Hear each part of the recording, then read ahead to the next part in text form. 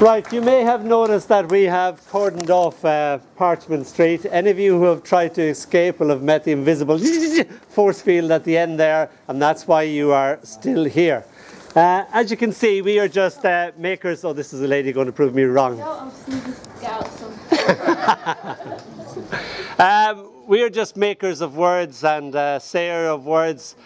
You are the most important element. You are the people who listen. If there's a mouth that speaks, it's important that there's a person an ear that listens as well too. You are that human element that we'd be lost without. Because I think that poetry is something that should be spoken, put upon the air and everything like that. This lovely lady is called Janice Windle. I know that. Okay, most people, when they first write poetry, they write all about themselves, and then after that they start to write all about their families. Well, here's one about my family, one of my family, my mum. My mother was an unusual woman. This is a conversation that I overheard. It's called Retirement Plan. When I grow old, said my mother, I'll change my life. I'll rent a garret on the left bank of the Seine in Paris.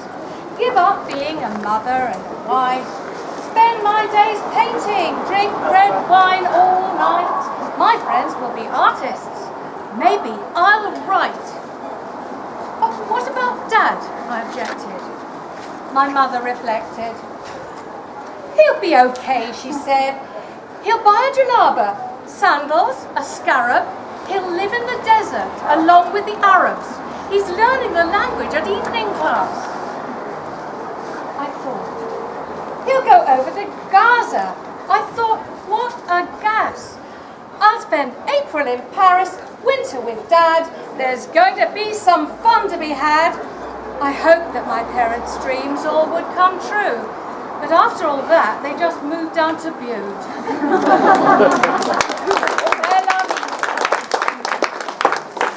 Yes, I sort of take after my mother. This is called faux pas.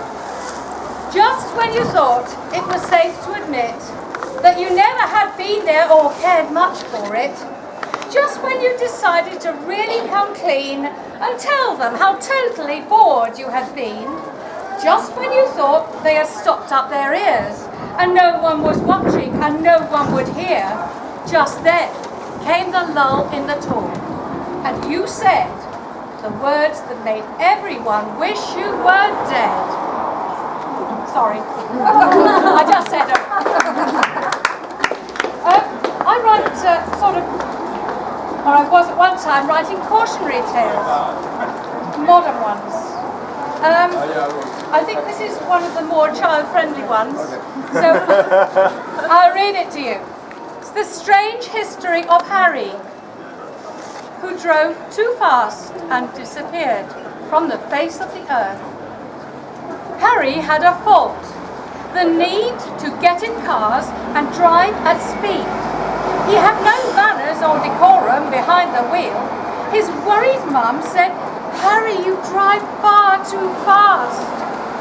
But Harry thought it was a blast. On motorways, he'd always drive at speeds exceeding 95. One day he passed a traffic cop who waved him down. He didn't stop, and soon another 5 or 6 had joined the queue. All Harry's tricks to lose them failed.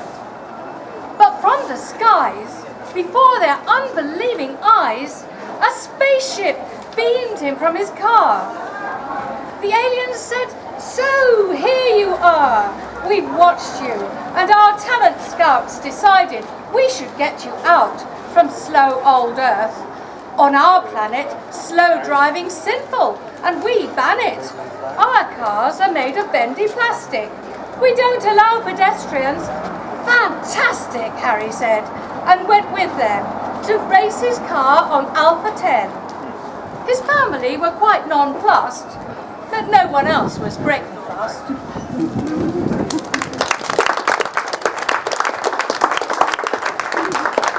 Yes, families are great. Domestic archaeology.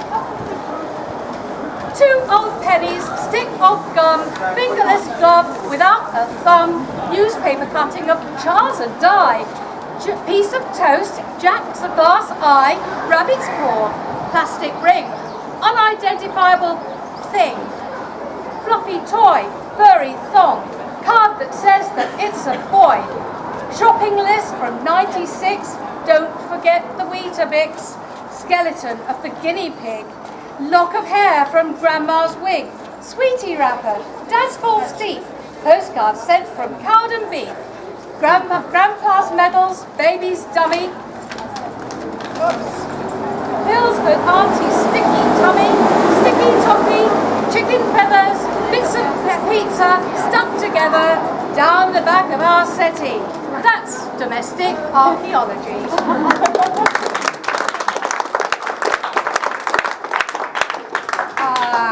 Have I another one for you?